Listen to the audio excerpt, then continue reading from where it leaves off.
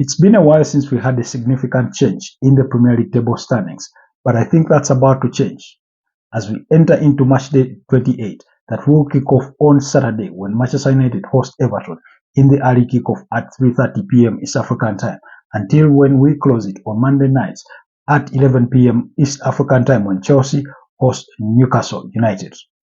Yes, match day 28 gets underway. So welcome back to the Football Tribe YouTube channel. Robert K. Sarkos is my name. Why do I think there will be significant changes in the Premier League table this weekend? Because a fourth placed Aston Villa do play a fifth placed Tottenham Hotspurs on Super Sunday in the early kickoff, while the top leaders, that's the top side in Liverpool, host Manchester City on Super Sunday, first versus second. The third placed Arsenal will have played already when they host Brentford at 8:30 p.m. That's on Saturday in the late kickoff.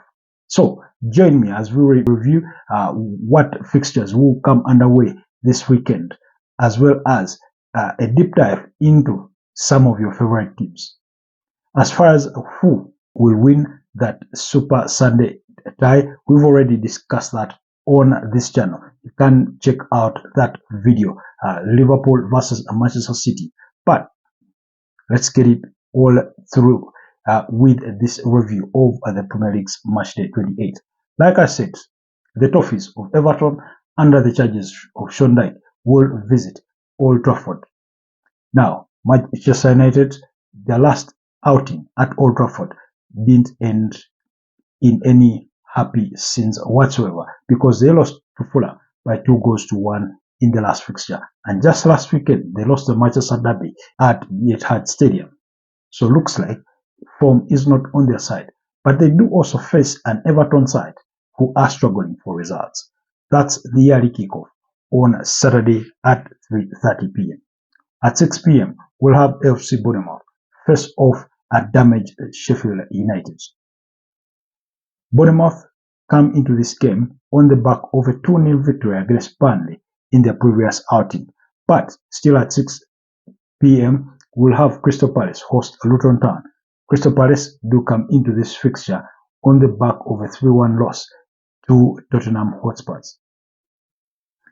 While still at 6:30 p.m., Wolverhampton Wanderers, who lost against Newcastle last weekend by 3-0, will be up against Fulham, who beat Brighton by 3-0 on match day 27. So, and then we'll close the day. That's Saturday at 8:30 p.m. kickoff when Arsenal host Brentford. And on Super Sunday, the early kickoff, like I already said, will be between Tottenham and Aston Villa, while at 5 p.m. sharp, we'll have Brighton up against Nottingham Forest, and then still at 5 p.m. West Ham United will be up against Burnley. And then, of course, the biggest game of the weekend when Liverpool host Manchester City at 6:45 p.m. on Super Sunday. And on Monday night, Chelsea will welcome the Magpies of Newcastle. So, here's the breakdown for some of these games. For Saturday, we'll keep our focus on the fixtures for Manchester United, as well as that fixture for Arsenal, in regards to what those results will mean, not just on the Premier League table, but we'll be discussing how the two sides may fare out in this case. After Everton were given back 4 of the 10 deducted points, it uplifted them and moved them out of the relegation zone. But they are not out of the relegation battle. However, they are still struggling for results. And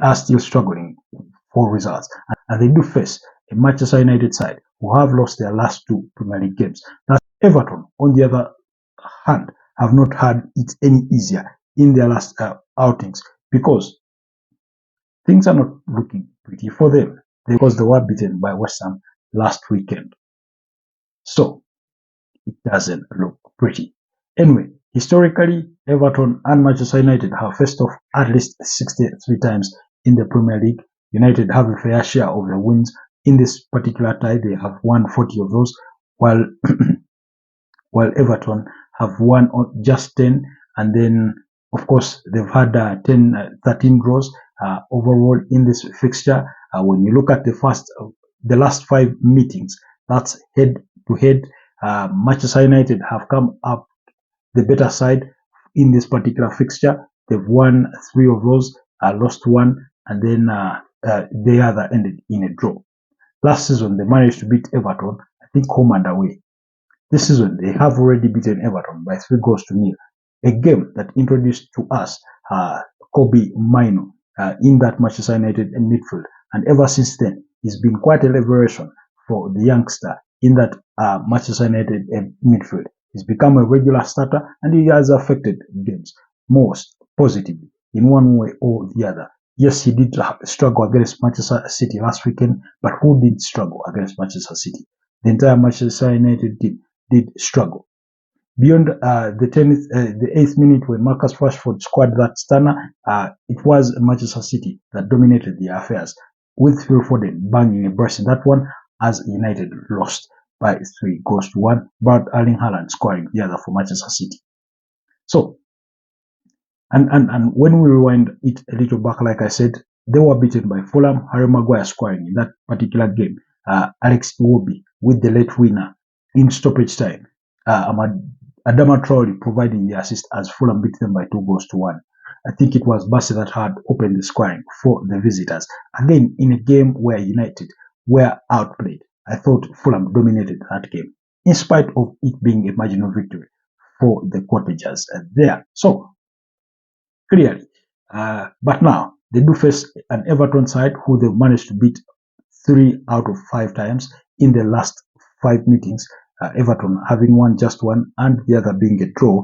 So clearly that tells you that the first leg ended in a 3-0 victory. We all remember Alejandro Garnacho scoring that bicycle kick or that volley, whichever you may want to call it, but it's a bicycle kick. Very brilliant strike, possibly one of the contenders for the goal of the season. And when he was speaking about that particular goal in comparison to his own against Manchester City, and he did say that by technique, Alejandro Garnacho's goal was better, but he did also say that his came against a better opponent in Manchester City, while Alejandro Garnacho's strike came against Everton. So clearly, United hold the advantage, in spite coming into this game with quite a poor run of form in their recent fixtures. Before losing those 2 consecutive games, they had managed to beat up against Luton Town by 2-1. They did beat up against Aston Villa by 2-1 and beat up against West Ham by 3-0. So that was their form before those 2 losses, and they will be desperate to recover. And still, remember, they are still fighting to finish in the top 4. If they are to brighten those chances, they do have to beat up against this Everton side, who clearly they hold an advantage over. You'd think that this is the game that really United would want to win. You're playing against an Everton side who in their last outing lost by 3-1 against West Ham, but that was a home game. They have been beaten by Manchester City by 2-0. They've managed 3 draws in those last 5, including those 2 losses. The 3 draws came against Crystal Palace, Brighton and Hove Albion, and the other being a 2-2 draw against Tottenham Hotspurs. So clearly, they're not in decent form, and there is no better time for United to play them than at this time round. It's not to say that Everton won't trouble Manchester United, because Everton do come into this particular fixture with quite a number of injury concerns for them, including Idris Gana Gueye, who is likely to miss the contest, as well as Amadou Onana. Those are some of the injured players. Arnold Danjuma is also absent for this particular fixture, as it does come to a little too early for him. Dele Alli is almost forgotten because he's hardly featured this season. And then the other very talented player in Andre Gomez, who has also hardly played this season, only managed to feature in a few games here and there, and for the better part of the season, he's been injured. But that one will also equally be absent for this particular fixture. It's not to say that United do not have their injury concerns to contend with. They do have quite a number of those, including the likes of Alessandro Martinez, Of course, Tyler Malacia, Harry Maguire is a doubt. He did miss the Manchester Derby. Of course, Aaron Wan-Bissaka, Anthony Martial, Mason Mount, all those are players that are absent. Rasmus Højlund is a doubt for this particular fixture, and in the last 2 games that he has missed, they've indeed struggled to score goals. So clearly, this will be a very entertaining contest.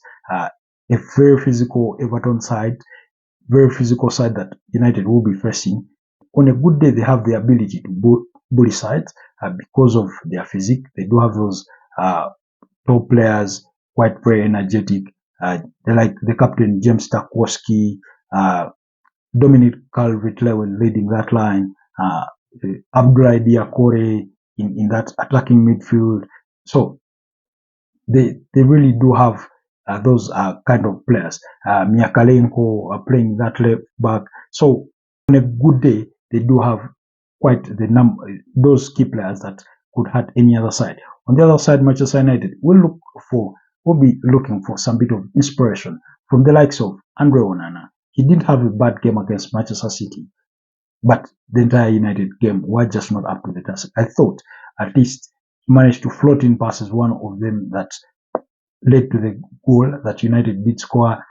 Bruno Fernandes will have to do better, as well as Marcus Rashford, Alejandro Garnacho, Anthony was brought in there, Kobe Mino, Casemiro, Johnny Evans had to be substituted in that defense, but Victor Lindelof was available.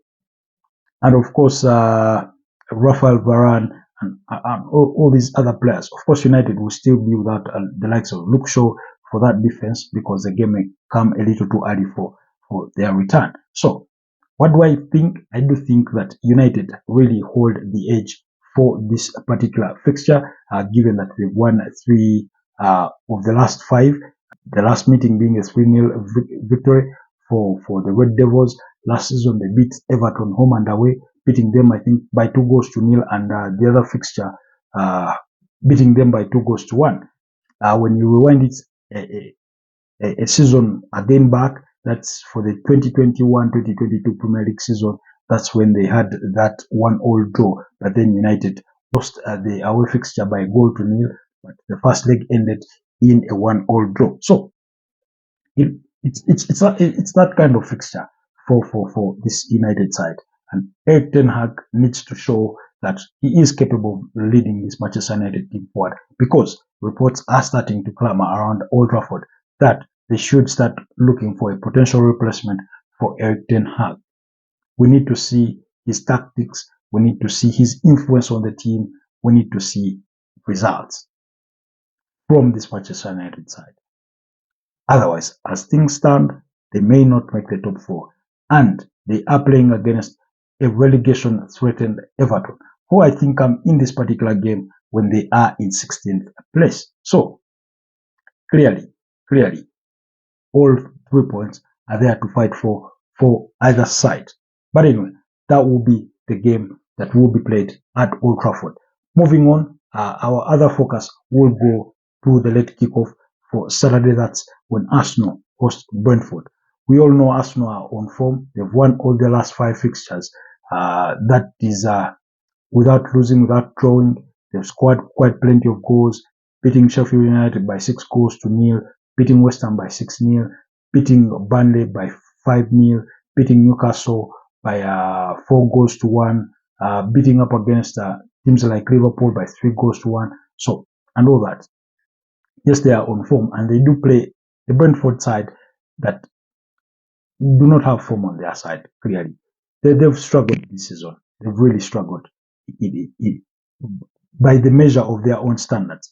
Yes, the Brentford are a side that do know how to beat up against Arsenal, because in their first season of promotion, I remember it was the opening game of that season. I think last season, but one they did beat up against Arsenal by 2-0 at the GTEC Community Stadium. Arsenal had a couple of COVID cases at the time, but then Arsenal managed to beat them in the return leg. I think it was by 2-1 that season. So this season, when they first met in the first leg, That was at the GTEC Community Stadium. Arsenal won that game by goal to nil. Kai Havertz scored that goal in the 89th minute of the game. But Leandro Trossard had scored a goal in the first half, that is in the 42nd minute, but that goal was cancelled out by VAR. So, but anyway, it finished 1-0 with Kai Havertz scoring his first goal of open play. His first goal for Arsenal had come as a penalty in a 5-0 victory, I think, against Bournemouth earlier on in the season. So this was his first open play goal. Bukayo Saka providing the assist for that one. Anyway, in 5 meetings between these two sides, Arsenal have come out as the better side. They've won 3 out of those 5. They've drawn 1 and lost 1. That's the 2-0 that they lost at the start of the season I just talked about. And their draw came last season. Brentford were party spoilers. I think around February when they held Arsenal to a 1-1 draw. Yes, in that particular game, Brentford were awarded a goal or VAR failed to make the correct decision when they awarded Ivan Toney that goal that saw Arsenal drop points. I remember Mikel Arteta being very furious still because of that result. Because I think it was Ivan Toney who was in an offside position when he scored that goal, but it was given, so the game ended 1-1. And Mikel Arteta was pretty furious because I remember in subsequent days when they asked him about the scenario, he said, "Can they give us 3 points? 3 points back?" Obviously, it was not the case. But so they do go into this game with the reminder that Brentford were party spoilers for them last season, with that frustration of the 1-1 draw, and then of course, given the way the decision came, Arsenal were not really pleased with that decision. So, and then Brentford themselves do come in this game when they are not in decent form. Out of the last 5 games, they've only won 1. They beat up against Wolves by 2-0. They've lost 4-1 against Liverpool. They've lost by 0-0 against Manchester City. And then they lost by 4-2 against West Ham. And then last weekend, they did share the spoils with Chelsea in a 2-2 draw. So that's the kind of picture that Brentford are in. This season, like I said, they are struggling. They are 15th on the table. They've only managed to win 7 games. They've drawn 5 and lost a good number of losses for this Brentford side. While Arsenal have managed to record 19 wins so far this season and 4 or 5 draws, and lost 4 games. When you look at the overall scope of things, of course, Arsenal do come in this particular fixture with a few injury concerns for them. Julian Timber, despite being in full training, is still absent. Won't make the matchday squad. Then Zinchenko is a doubt, as well as Takahiro Tomiyasu, who is on the verge of renewing his contract with the Gunners or extending his contract with the Gunners. It is reported that his wages will rise up to about £100,000 per week. And then the other is, of course, Gabriel Martinelli, who limped off in that 6-0 victory over Sheffield United. He did score in that game, and I think provided an assist, if I'm not mistaken. Then the other is Bukayo Saka. Bukayo Saka was ill. He's still in doubt, but they said Mikel Arteta did say we will see how the day ends, which is Friday, ahead of tomorrow's game. Chances are high that he will be available for the game, but Martinelli could be rested even if he manages to be fit enough to play. He could be rested for this one and perhaps be swapped out for Leandro Trossard, who has also equally been good this season so far. So those are some of the injuries that Arsenal will have to contend with. Brentford themselves do have quite a number of injuries, concerns for them. More notably, one being Ben Mee, the former Burnley player. Then, of course, Bryan Mbeumo, they've missed that one for quite a period of time. I think dating as far back as early Jan or around that time. they'll miss that one. Aaron Hickey is absent, as well as Kevin Shedd absent, Josh Da Silva, Ethan Pinnock. All these players will miss this fixture, or it does come too early. But even that, even with those absent, I do think that Arsenal will have to be careful, because whereas the form does not stand on their side, they do have quite a number of players that have a point to prove, or that can hurt this Arsenal side. And one of those being Ivan Toney, who has expressed that he would desire to play for Arsenal. So he would want to show his credentials by putting up a fight in this particular game. Of course, Juan Visa did score a brilliant goal against Chelsea. He's one of those players that can hurt this Arsenal side. They'll have to be careful with him. Then there's a Christian Nogard in that midfield of Brentford. And then, of course, the Brentford goalkeeper, Mark Flecken, he's been one of those good goalkeepers this season, despite the fact that Thomas Frank's side have really struggled throughout the course of the season, and they do continue to struggle. They'll have to battle relegation and all those things. So clearly, that's the kind of picture that both teams do arrive in this game. For the side of Arsenal, if you say you're really trying to challenge for the title, and you're just 2 points behind the leader in Liverpool, this is your chance to show that you are actually capable. Just beat up against Brentford, move top of the Premier League table, and stay there for the course of the night through Saturday, as you wait for the result that will come between Liverpool and Manchester City. Then we will see whether that changes your standing. Because if it ends in a draw, that means Arsenal will remain on top of the table before going to match day 29. Of course, this is Arsenal's last Premier League game that they will play before the international break, because next weekend they were supposed to be playing Chelsea, but Chelsea will be engaged in the FA Cup quarterfinals.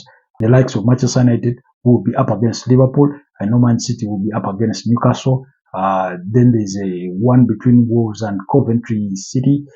Then I seem to forget.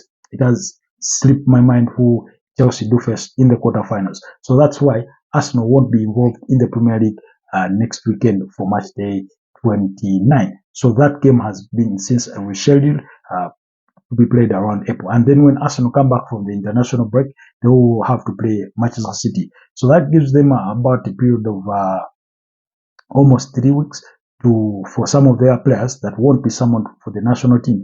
And I'm sure if you are an Arsenal fan, you'll hope that many of your players are not summoned for this international break, so that they get to rest, then they get to prepare for that crucial game at Etihad.